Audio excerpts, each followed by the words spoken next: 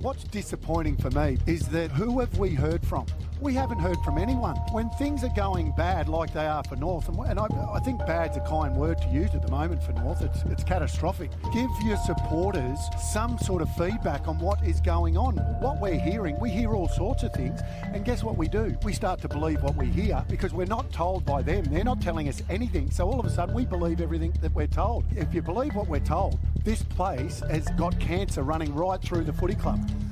Well, that was their biggest known player of all time and best performed player of all time, Wayne Who Carey. it must be said created one of the other worst things that has ever happened in their history too, in fairness. I had a feeling you'd point that out, but what he said was not hard to believe. It was spot on the money that they have got some significant problems. And Rhyce Shaw's obviously situation has become public. It's been well known by the media and debated behind the scenes by media for the last probably 2 to 3 weeks. Yep. The decision for the media to not reported along the way, looking back, Caro, and the way North have handled it, do you think? And how do you think? I think the media call was all about respect for Rhyce Shaw. I don't really think it had much to do with North Melbourne. They handled the media side of it as best as they could. It's probably one of the few things they have handled well in the past few weeks. It's a disaster for North Melbourne at the moment, and you only had to see Jack Zeeble get up and be interviewed at the Brownlow last night, Matthew, and really look lost to me and talk about positives for the club. Well, the one thing he could talk about was John Blakey coming to the club. Lovely man and great club great, but an assistant coach. We know they've got a short list of coaches they're looking at. I can confirm that I reckon Michael Voss will be one they will talk to. Fascinating that he's managed by Rhyce Shaw's manager. Are you ruling out Rhyce coaching them again? Yes, I am. So he won't coach North Melbourne? Oh, that's my view, yes. And the fact that North Melbourne, I'm not ruling him out being at the club.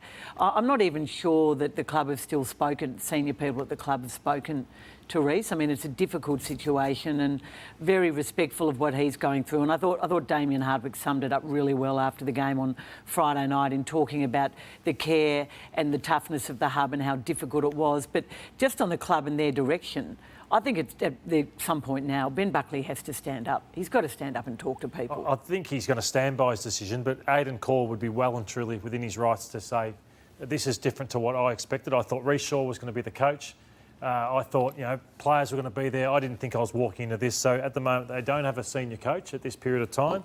They have one assistant. All the other assistants are gone, and Ben Brown and Higgins are out. So don't know. I don't know what else. The decision to sack all those players now just looks unfathomable to me. I'm not certain they've handled it well. It's not an easy thing to do. I think they've handled it terribly. I think the one thing they've handled all right is the relationship with Heath O'Loughlin and the media in agreeing to not talk about it while Rhyce was going through a tough time. The thing I agree with, and it's a very difficult situation to handle, the thing I agree with Wayne is that we haven't... I don't think that deserved a 5 o'clock Friday press release, and Josh Walker's been an outstanding find and all this sort of stuff in the lead up to telling it. I mean, everyone in footy and the public has empathy for Rhyce and what he's going through.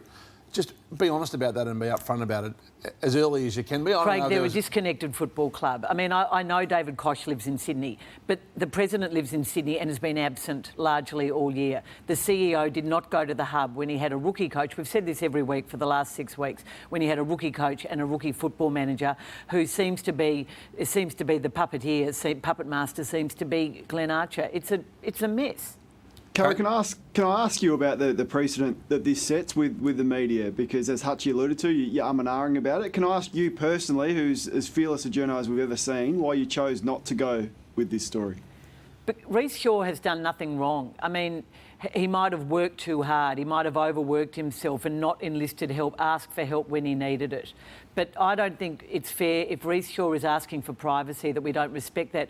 Kane, there have been many occasions in the last 3 years, longer, 10 years, that I've sat on stories because there were issues to do with someone's private life, not through something they'd done themselves, but it had happened to them, that I felt was worthy of not talking about or writing about. The counter-argument to that would be that 2 weeks of rumours festered and made it worse than it could have been if it had been addressed a little more. Well, you can make your judgment on that, but the experts were telling us otherwise, so I accept that. But I don't accept now that they're hiding behind his situation to not come out and talk to their players and talk to their members.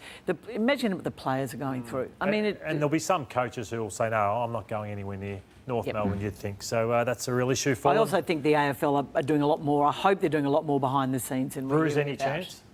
No chance. Okay. I don't believe so.